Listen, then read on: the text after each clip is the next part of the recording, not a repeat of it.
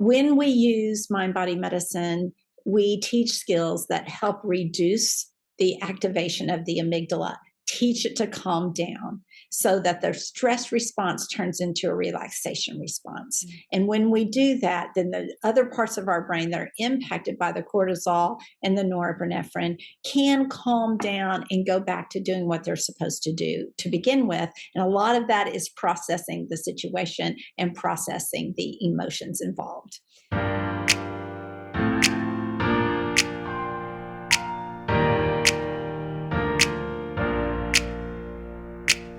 Hello, everyone. Welcome back to the channel, or welcome to the channel if you're new here. I am delighted to have with us today Gwen Brehm.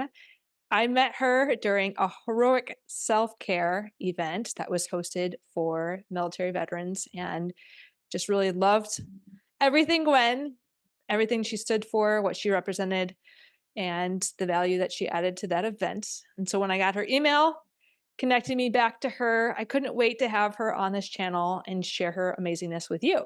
So a little bit about Gwen. She is a psychotherapist, a licensed professional counselor, a licensed marriage and family therapist. She is a mental health expert, and she has so much wisdom to share at helping us with our change management and how we can really lean into change and address the mental health issues that arise when we do. As many of us know, it can be quite hard to change. So Gwen, I'm looking forward to talking with you about that. But before we do, for the people who haven't met you yet, can you share a little bit more about yourself? Sure. So I live south of Houston, so that's cool to know. And then I've been a therapist for many, many years.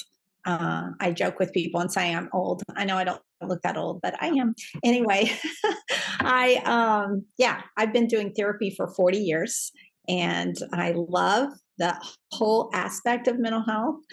Through my career, I've done some pretty cool and interesting things.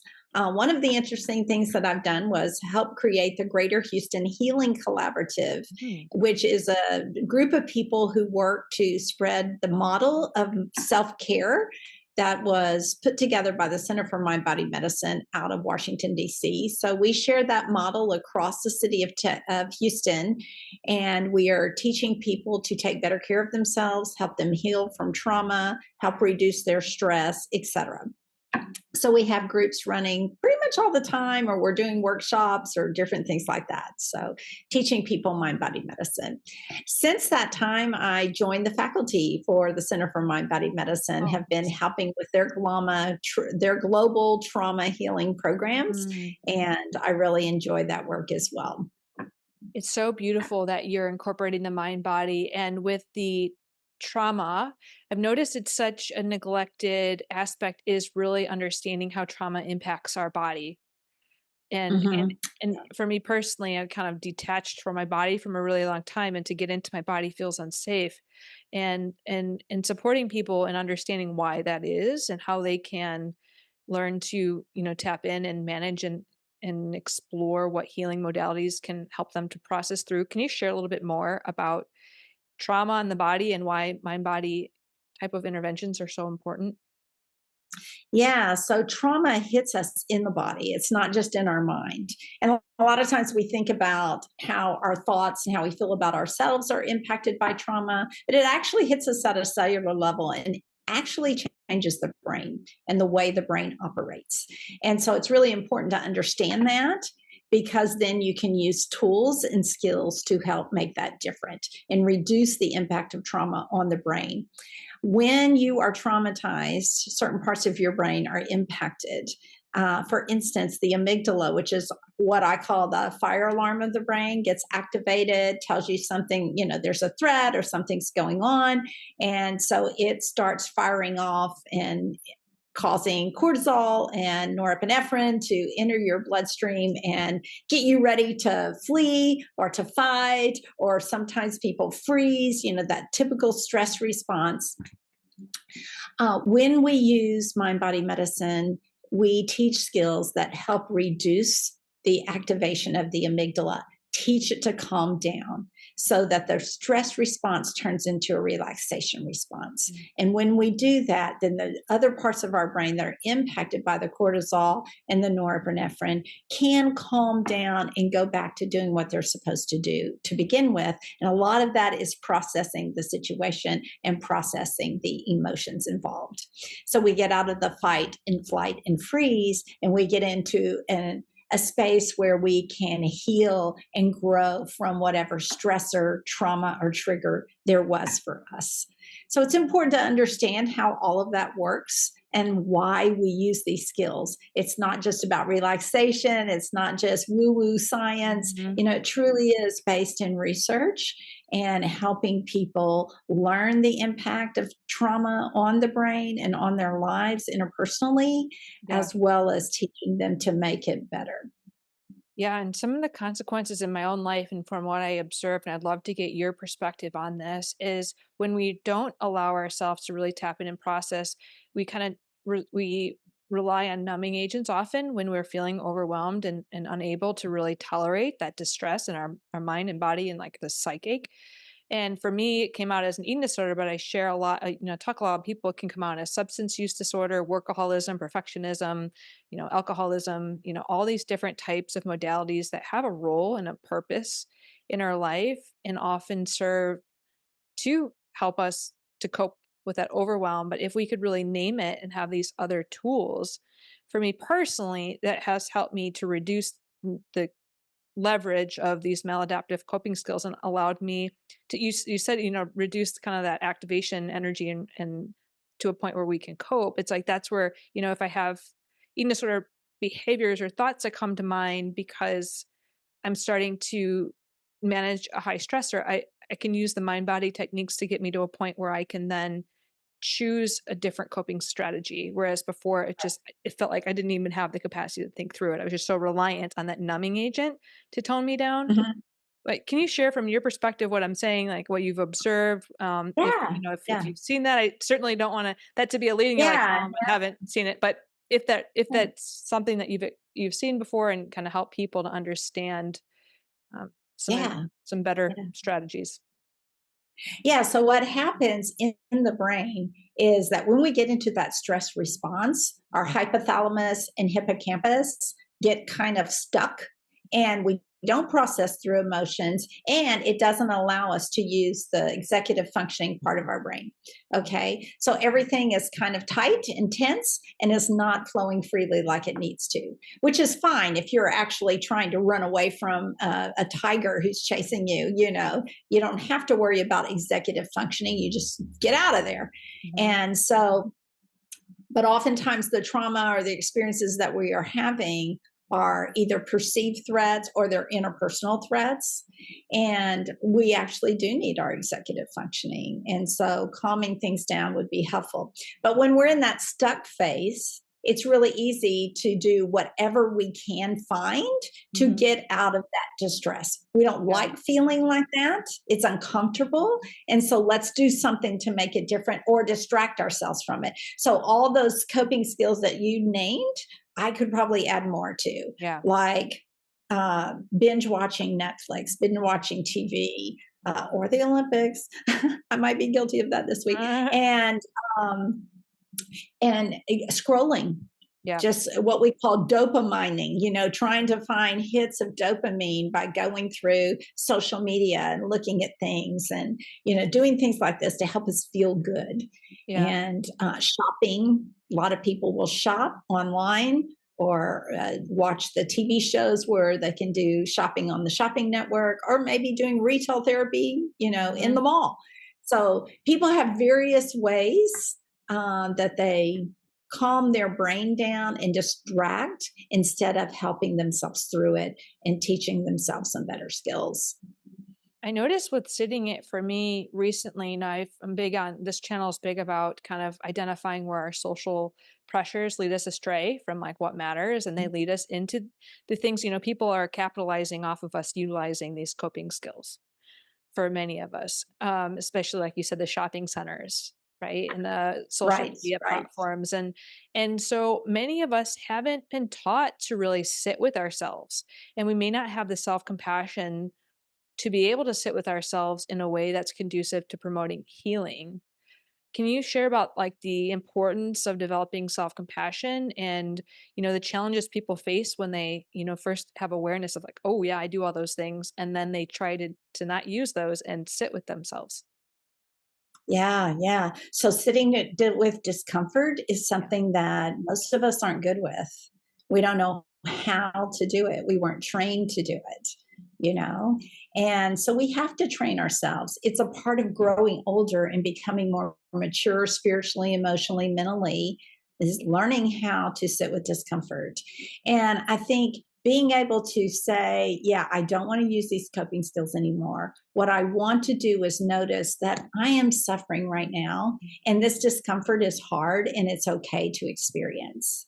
And while I'm experiencing this, I can give myself some compassion, because if my friend over here was experiencing this, I would be sharing compassion with my friend. I'm so sorry you're going through this. Wow, this is hard to struggle like this. And I can take that same compassion and share it with myself. This is what it feels like when people struggle. This is hard. And you see me putting my hands on my chest. This is a common way to generate some compassion and to calm our brain down as well. So, actually, a soothing touch activates the oxytocin in our brain, just as if someone else was giving you a hug and you're just enjoying it. It does the same thing. It may not have the same intensity, but it activates the same way. And so over time, you can even create that same intensity of just like, oh, this feels so good to just give myself some love. And even that warm pressure on your chest can just feel very nourishing and relaxing and nurturing. So, work by Paul Gilbert talks about the benefits of soothing touch and then soothing words, such as, may I be peaceful, may I be calm. May I know my own goodness. May I accept myself just as I am. So we learn a lot of this mindful self compassion through the work of Dr. Kristen Neff and Dr. Christopher Germer. And of course, they've written a book, they have whole programs on it. I'm a teacher in that program. And it's really awesome to see people who have ongoing stress and trauma, or have had trauma and the impact is still there in their bodies, to Yeah. utilize these techniques to help them feel better. Yeah. And I'll say when I first started learning self compassion, as Kristen Neff points out in her book, Fierce Self Compassion, it felt awful at first because you're Mhm. facing all the times where you weren't offered compassion or you didn't offer yourself compassion. And to then realize you could have had that the whole time. It was such, Yeah. it was very confronting for me to be like, oh my gosh, I didn't have to suffer as much. There's so much suffering in the world. I didn't have to add to it. Right. And I'm such a strong advocate now of self-compassion as, for somebody that just mentioned about the eating disorder, like the role of being able to step back and say, from a self-compassionate lens, what do I need right now? And that Hmm. took away that very compulsive inner critic that was like, you're unworthy of blank, blank, blank, right? And allowed myself to acknowledge in these moments, I feel unworthy. I'm having the thought I'm unworthy. Of course I am. I've learned blah, blah, blah, right? And then how I want to reframe it. But without that practice that you are helping people to gain with mind body techniques, it's like without that, I would not have had that space to reconsider or even challenge my beliefs. Hmm. Have you Yeah. noticed people having resistance when you offer that maybe self-compassion would be beneficial to them? Oh, absolutely. So we get used to operating at a status quo, right? Whatever your idiosyncratic status quo is, we get used to that. It's a known, it's a given. We understand it. And when you ask someone to do something different from that, there's a natural resistance, a natural feeling of rebellion that comes up. And even if it's something good, you know, there's a little bit of resistance that comes up. And so I think that is what's happening. And then the opposite of resistance is mindfulness, is being aware of what is going on and paying attention to the moment and noticing that resistance and then softening it and working with it and allowing yourself the opportunity to move into something different, into a different space that perhaps you haven't explored before. And so, yeah, I gave an exercise to a client earlier this week. I sent her a meditation. And when she listened to it, she wrote me back and she said, I just cried the whole time. And I'm like, I understand because of the fact that you have been listening to negative messages these whole time and to have someone suggest that it's okay to let those go, that there's a little bit of a grief and loss and then a relief that follows that, and it does bring up a lot of tears. It's hard to get into a vulnerable space with ourselves and say, I deserve the same love, kindness, and compassion that I would give. Oh man. Yeah, so it's hard to accept. Yeah. That grieving, I've been going through a lot of grief. I had a really challenging time with grief when I got out of the military, and you work with, veterans, and Mhm. didn't realize how profound grief, I lost some people close to me at the same time. I was grieving the loss of identities and the loss of job and a loss of mission and purpose. And right now Mhm. I, just left another job on a week ago, and an institution that I felt very aligned with from a mission standpoint. And grief is uncomfortable. So many of us don't allow ourselves to sit in grief. But unprocessed grief for me came across as agitation, frustration, Mhm. avoidance, Mhm. isolation. Like it just compounded over time. And the importance of what you shared there, to you help that person to acknowledge, to name grief and say, it makes sense that you'll be feeling this way right now. Mhm. And Yeah, let's, absolutely. I think having, a support like a partner like you to sit with somebody with it, right? Because we often in our society think we have to do everything alone. And it's really hard to get ourselves to sit with pain alone, but to have someone witness and validate and provide that safety, that's so important. It is. It is. So it reminds me of the skill that I often teach called RAIN, RAIN. Are you familiar with that Yeah, skill? please share. Recognize what you're experiencing, allowing it to be there, Mhm. almost welcoming it in, like grief. I see this is grief. I'm welcoming it in. I know it's important, or hey, anxiety, come on in. I see you all the time. My long lost friend, patting it on the back. And then the I stands for investigate. And investigate really is about looking at where you notice this in your body, where you're connecting the experience to what's happening in your body. You become aware of that. Like, where do I feel this? I feel it in my stomach, in my hands. Are my hands clammy? Is my neck stiff? Are my shoulders stiff? So that's really helpful. And it keeps your mind from taking off and going into the story as to why you're grieving or to why Mhm. you're anxious, and just keeping your focus on your body. And then the N is originally created for non attachment or non identify. I've seen some people lately shifting that over to nurture, and I like that much better. Where now I'm giving nurture to myself for the emotional experience I'm having right now so that my brain and my body can process through rather than getting stuck. Oh, So, beautiful. yeah, stuck emotions are what keeps us so much in distress. And Mm. when we can move them through and then nurture ourselves, what a blessing, right? What a gift that we can give to ourselves. Yeah, and what a disservice our society does by sharing that perspective that mental challenges, psychospiritual challenges, and symptoms are to be stigmatized, to be not talked about, to not be discussed. Because I was a huge internalizer, and I even struggle with my own therapist. Like, say anything, gosh, I don't want to bring down his mood if I admit that I'm down right now, right? That's a reality of like I'm very conscious about other people's energy and not wanting to influence them in a negative way, which taught me to minimize. And when I was growing up, it wasn't supported to talk about your anxiety. So I put it all inwards. And that's where I think it's partly why it came out as anorexia, right? It's like it was all shoved in and it became overwhelming. So if we could reclaim the narrative and you just share what you said, it's so important because stuck emotions, often we're shoving them down. We're not acknowledging, we're not allowing ourselves to be present and to just honor and respect each emotion as part of our human processing. If we avoid it, it gets stuck. Mhm. And you just demonstrated the importance of allowing ourselves to process through and to nurture it.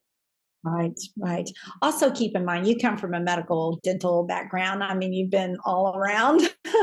Now uh, behavioral, and as so, you know, I know, I know. I had to So you're just, round it out to finish it up spiritually. yeah, But yeah. But I think some of us forget that these unprocessed emotions and the long-term stress that comes from it gets settled into our body and can lead to health problems. yeah, Increases our risk for diabetes, cardiovascular disease, possibly dementia. I mean, there are all kinds of things that are showing up in the research these days. So it's really important that we take care of ourselves, not just physically by going to the gym, eating healthy. I'm all for that, but also paying attention to what's happening in our body as it relates to our own mental health. yeah. And That yeah, you hit on Dr. Gabor Mate's got a book called The Myth of Normal, which is yes, ginormous, so haven't read the whole thing, but he talks early in the book, the points where I did get to, about autoimmune conditions, cancer, yes, things that, not causal, but could put people up to, the inflammatory aspect of the body, could, put people right, at risk over into developing these diseases because he's like talking about how people who are kind and they don't allow themselves to process like outward anger or things, we shove it all in, and the body gets stressed out and could put you at higher risk for developing these conditions. right, right. And it's interesting because I don't think we can tie a direct correlation. And I know lots of people in, metaphysical world tie a direct correlation Yeah, to cancer and to stuff. But I think what we do is we set up genetic expression. yeah, We influence genetic expression. So the idea of your genes, your DNA has loaded the gun, yeah. and it's your genetic expression, the stress, the environment, the choices that you make that actually pull the trigger on the genetic expression. So I don't know that it's a full straight on, this pulled the trigger, but it definitely influences it. Yeah, So if you correlates. have a pre-genetic disposition towards cancer, diabetes, or something like that, and you're not taking care of your mental health, that's one of the factors that could create that genetic expression. May not be the only one, but is definitely one of them. Yeah, and I heard that same metaphor with anorexia from Dr. Cindy Bulick, who is a profound researcher on that topic. And she said, like anorexia, there's a lot of genetic components and the environment. The genes load the gun and the environment pulls the trigger. I've heard her use that analogy before, and it makes a lot of sense to me as someone who's navigating, like, oh, I see where that could have been turned up or turned down at certain points in my life, based off Mhm. which path, the world led me on. That's really fascinating. And I'm curious to offer the audience an opportunity to consider, what their thoughts are on that as they reflect. And it often, our discussion leads nicely into the topic that we were, planning to talk about, which is our resistance to change and how we can really manage our mental and psychospiritual support while we are navigating this constantly changing world. So I'd love us to go and dive a little bit more deeply into that.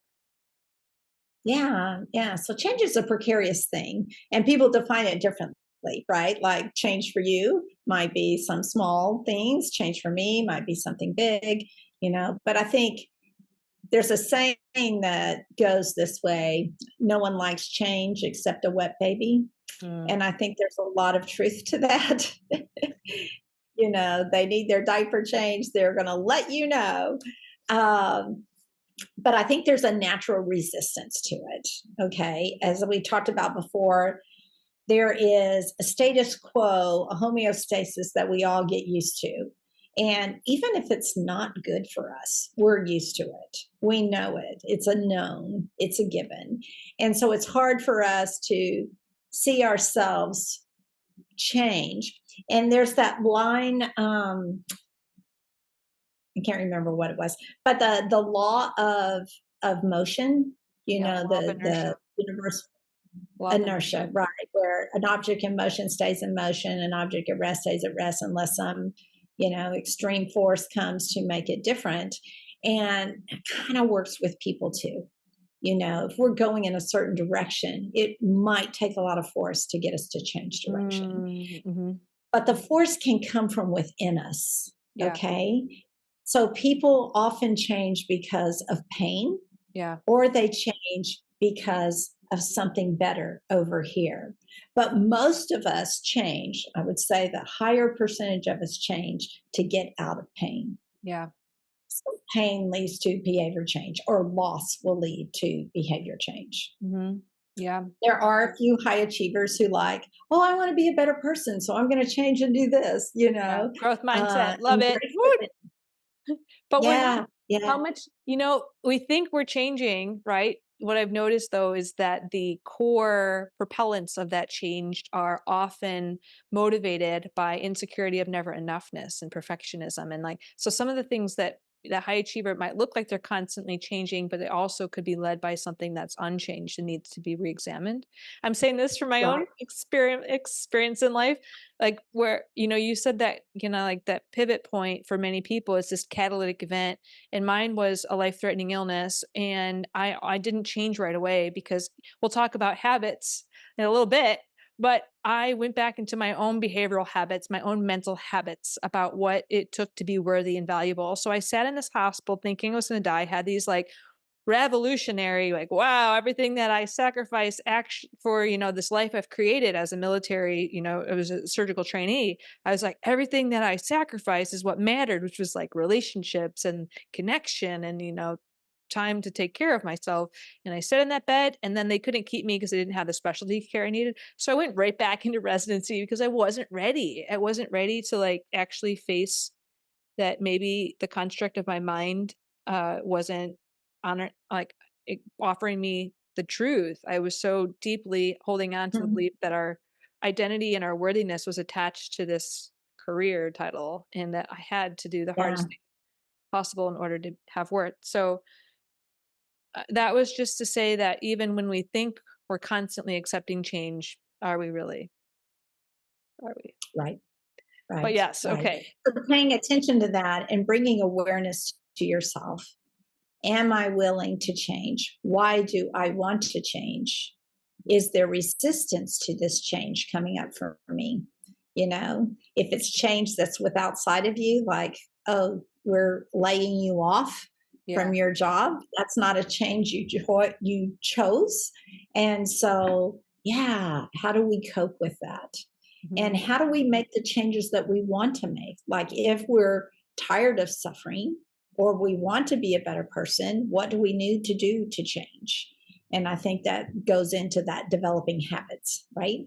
Yeah. And Because yeah, I was just gonna say really quickly about I was reading the first rule of mastery, how to stop worrying about what other people think of you, and there was a reference to a research in there that talked about we hold on to these deeply held beliefs that are tied to our identity, right? So some things are easier to change because they're we're not so attached, but when something's a threat to our identity, we're like, I'm gonna verify that everything I believe about myself and this identity I've created is true. So it's really hard to allow ourselves to tap into where's the evidence or suggestion where I might be wrong, right? Because that would be yes, exactly. painful. I can give you a great non-emotional example. Okay. Okay, so I grew up, and while I was growing up, I played the piano, then I played the flute, then I played the piccolo. I took theory classes. I sang in the choir at church and at school, and I was all music oriented, right?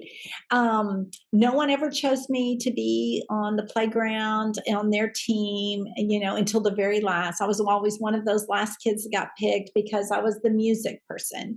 I wasn't the athletic one. Mm. And so that was kind of hard, but it was okay because, man, I had really identified myself as this musician and singer and dancer and all of this stuff. I did play tennis in junior high, which was great. I was really good at tennis, but my dad was also, so I kind of got it from him. But when I got into high school, you couldn't do sports and music at the same time. That was back in the olden days. Mhm. And so I went with music because, I knew music. Yeah. So when I got into college, I had to I signed up for a backpacking and camping trip, and I had to be able to run a mile and a half without stopping, and only to be able to go on the trip. And so I had to start running, and I'm like, I can't run. I'm a musician. You just have it. And I struggled until my roommate went running with me, who was also a musician but also a runner, and she said, "Let's go running." And I'm like,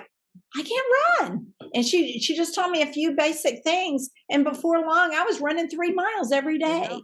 And then I continued on. I got into cycling later on. I did ballet for a while, worked out at the gym. Now I do Spartan races, I Nice. aerial silks. Like, who would have thought 30, 40 years ago that I would have been doing anything sports Mhm. related? I mean, I would have told you sports aren't my thing you Yeah, know it's but I interesting. think it's just a matter of, you get, like you said, that identity of who you were meant to be. I'm a musician, come on. Yeah. And then realizing that you can change that. And sometimes, in this case, my class that I was taking in college forced me to change that. Mm. uh, but then I also knew that if I kept pushing and challenging myself, I could do bigger and better things, and that was pretty cool. Yeah, you've expanded your identity, right? It showcased that you can be Right. a musician, you can be an athlete, you can be blank, blank, blank, right? You can expand. I found that was really helpful for me when I keep bringing it back to anorexia because that's been, on my mind a lot lately is the psycho-spiritual healing journey and how that played a role in my life. And I learned for me that I had previously, it used to be my whole identity, like it just consumed my brain. Now it's like a really small part of my brain, and my identity has expanded, which has reduced its impact on my life and its, grip on my life. And it's like, well, when I was in treatment, I was just purely focused on getting rid of this thing, right? And what I learned for me, it was important to just expand what I knew about myself, and therefore it lessened that. Whereas when I was focusing, like if you focus on music, your identity becomes more and more that. And Yeah, yeah. so I offer that in case, other people need, and even people who are afraid to leave clinic settings and expand, because who am I if I, go down to zero point 0.8 FTE or whatever FTE that's not a 1.0 FTE, right? Because you need to be 100% of that in order for it to fit your identity. But you just showcase, like, you can maintain that identity and expand if you choose to, right? Yeah, Or you kind of can, reminds me of that idea of a fixed mindset versus yeah. a growth mindset. Yeah. And people who get stuck in a fixed mindset oftentimes have stress and trauma going on in their lives. And then when they allow themselves to heal from that, it opens them up to a growth mindset.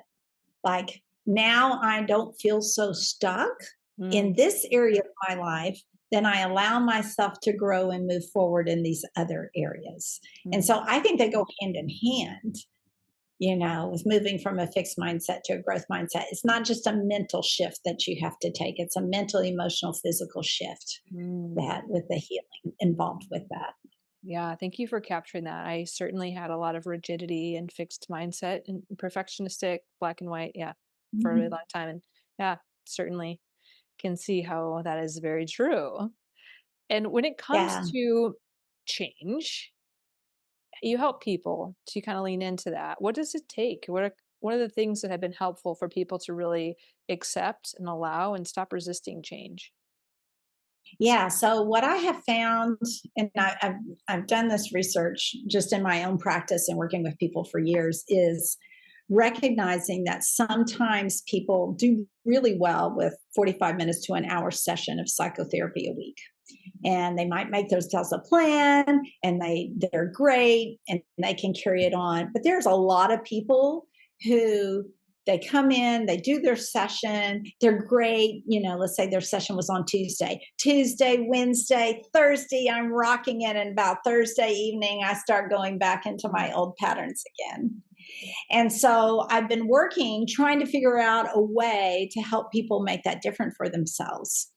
And I started listening to podcasts and reading books on mental performance and especially around sports, which is Yeah. super funny because Hmm. remember, I'm not a sports person. Yeah. um, but mental performance and what it takes to be an excellent athlete. And as I discovered that they were making small little tweaks and changes, they constantly had support and they constantly had accountability. Mm. So I've taken that and I've adapted that to my psychotherapy practice. So now people who are in my practice in this group that I call One Kind Thing, I'll tell you about it in just a second. Yeah. Um, they have continual, like daily support from me through email. There's reminders. They're tracking their progress. They have support from each other in a small group that meets every week. And we are being accountable to each other and staying on track. And we are seeing people make the changes that they need to make. And I start with very fundamental things like sleep, how you eat, how you move, how you breathe with meditation and some other breath work. And then we move up to your mindset, how you serve and help others, connecting with other people, and then purpose in life and creating that for yourself. And so we start with the fundamentals like the trunk of the tree, and then we move up into the branches. Mm. And starting with those fundamentals are absolutely important. There's more and more research out there talking about how sleep is your number one healthcare, self-care habit and healthcare habit too, Yeah. and then moving up into eating and moving and breathing. Hmm. So, but we focus on one kind thing, and the KIND stands for something. The K is know your targets, know what you're working towards, right? I stands for identifying one thing that you're going to do each day. We call it our plus one. Each day, I'm going to do one thing. So if they're working on moving, they may say, "Okay, I've never exercised, but I'm willing to do one jumping jack a day." Perfect. And you're training your brain that you exercise. Even if you're Mm. just doing one jumping jack, you're getting that brain in a habit of, "Oh, I exercise every day." Wow. And so it's working like that. And then the N stands for nurture yourself, nurture your commitment, Mm. and reminding yourself why you're doing this, and then nurturing that part of yourself. And then the D is super important. The D stands for delight in your success, where you're celebrating the small little gains that you do. So a lot of times people want to eat the entire elephant and get their mental health in order in 30 days or less. And the reality is that's not going to happen. No. Okay, so you just can't eat an elephant in one big bite. And Yeah. so we take it in small little chunks, small little pieces. And I get ridiculously small with people, like the one jumping jack, Yeah. Set us up taking for one big deep success. breath a day. That's Yeah, so so you're great. setting I love yourself up this. for success. Yeah. Yeah, yeah. So we call our program One Kind Thing with KIND capitalized, Mm. because it's our success program, it's our success plan. And that's how we help people slowly make the changes that they need to make in their lives. And so far, it's working really well. I just started it. I only have a few people in it, but we're expanding. And so that's super exciting. Yeah, that's awesome. And I also am a huge advocate for the small changes over time because in coaching and in all the research I've read, it's that incremental small changes over time that lead to sustainable results. And you can then make pivot Absolutely. points, right? If you didn't make these huge leaps, then, if you, we know that from change like the electronic health records, when they were first put out, like they caused a lot of harm. If you were to change everything all at once, there's a greater risk that you're going to have some adverse outcomes that maybe you weren't predicting. But if you make the small changes, you can measure pros and cons of this change, right? And you can make those pivots a little bit more smoothly. and make it Mhm. sustainable. Because I know, just like we Right. talked about trauma, right? People, I want to get rid of all this trauma. I'm going to jump into the deep end. Nope, that was too much. Now I'm going to go avoid it again, right? Or if people were incrementally going into the shallow end, processing, right? Learning to be Mhm. better swimmers. And then all of a sudden I've made it to the deep end and I can swim past, right? Right, right. That's perfect. And habits overcome habits. Mm, Okay. So if you're creating new habits, you can overcome some of the old habits. So, like when we're getting into eating, I don't give people a plan to follow. I just say, why don't you just eat one apple a day? Drink an extra glass of water a day. Let's just start with a new habit and you'll start replacing those old habits. mhm. So if you're drinking 6 Dr. Peppers a day, maybe do 5 Dr. Peppers in a glass of water. Let's see how that works for you. And just slowly make it instead of saying, get off the Dr. Pepper altogether. I would love if people could do that. And some people can dive in. Remember Yeah. how we used to teach people to swim 100 years ago? Throw them overboard and say swim, and they'll figure it out because they're just trying not to die, right? Yeah. Well, that doesn't work so much with mental health. Although some people can, they go on a radical transformation trip, smoke some type of I was, plant or yeah. take a psychedelic and Yeah. and it works for some people, but it Yeah. doesn't work for everybody. And that sustainable change, like you mentioned, of the little daily small gains, and I call it small changes big results, that's what happens. And over time you keep that. If you can get into a habit of making those little changes every day, think Mhm. how powerful that would be. If you heard the story of the penny, that if you take a penny and you double it every day for Mhm. 30 days, you'll have well over $1 million. What? Wow. Yeah, it's Oh, crazy. it's fascinating too. I was thinking, so I have a dental background, as you mentioned, and I had a really hard time giving up soda, giving up energy drinks. And then I was drinking a lot of coffee, and I just was detached from like anything. You know, that I was just, because I knew it all, I thought my teeth were going to be spared from the damage of those products. And that's not true. And so once I was doing trauma work and reassociating with my body, and then I was aware I grieved the damage I did knowingly, right? Like, you knew better, did the damage, but it took the shift in I care about myself. I'm no longer going to ingest these things. I'm going to meet myself where I'm at. I'm going to have self compassion, right? Just because I've done some damage doesn't mean all is lost. And people that aren't dentists they don't anticipate that I've had as much damage as I'm aware of, right? But that just other addictions might look like, oh, I had to give it all up. I had to, all or nothing because it's addictive. Like those things were addictive to me, and it took many starts and stops of trying to give it up in order to develop enough of a why internally to actually just stop. And then I felt incrementally, like, first started to feel worse, right? With the withdrawal and like habitual, like I would grab that at this time and now I'm not going to. So I had to just be aware of that difficulty. And I'm like, okay, what do I really need in these moments? Like, I'm definitely not energy drink deficient. Right. Like that's Right. clearly not what I need right now, and just sitting through it. But it was, if people are looking to remove for the addiction, I was just kept grounding in my why. And then the positive reinforcement was like how much better, how much I slept better, how much my mood was able to be more regulated because I wasn't dousing myself in all this caffeine, how much, I was using caffeine as a replacement for nourishment. I'm like, well, what if I actually nourish my body like appropriately? Right. And then Right. I had more Or sleep. energy. Yeah, Right. the Yeah. sleep was huge. I mean, that was one reason I left surgery, because the psychache from chronic sleep deprivation, I couldn't think my way out of the pain that caused. But Yeah. like that positive reinforcement, that incremental, just observing, like, wow, I feel so much better that now when I look at an energy drink, I feel like, oh, I just can't. Oh, that's so different. I'm like, I can't believe it was only like a year and a half ago I used to get that often. Right, right. It's crazy. It's crazy what we do, right? To just keep ourselves sustained. And then when we let go of those habits and we allow our body to go back, because our body knows how to go back to a healthy balance, it's Mhm. amazing what happens. Yeah. Yeah. So tell me a little bit more about this habits workshop that you have.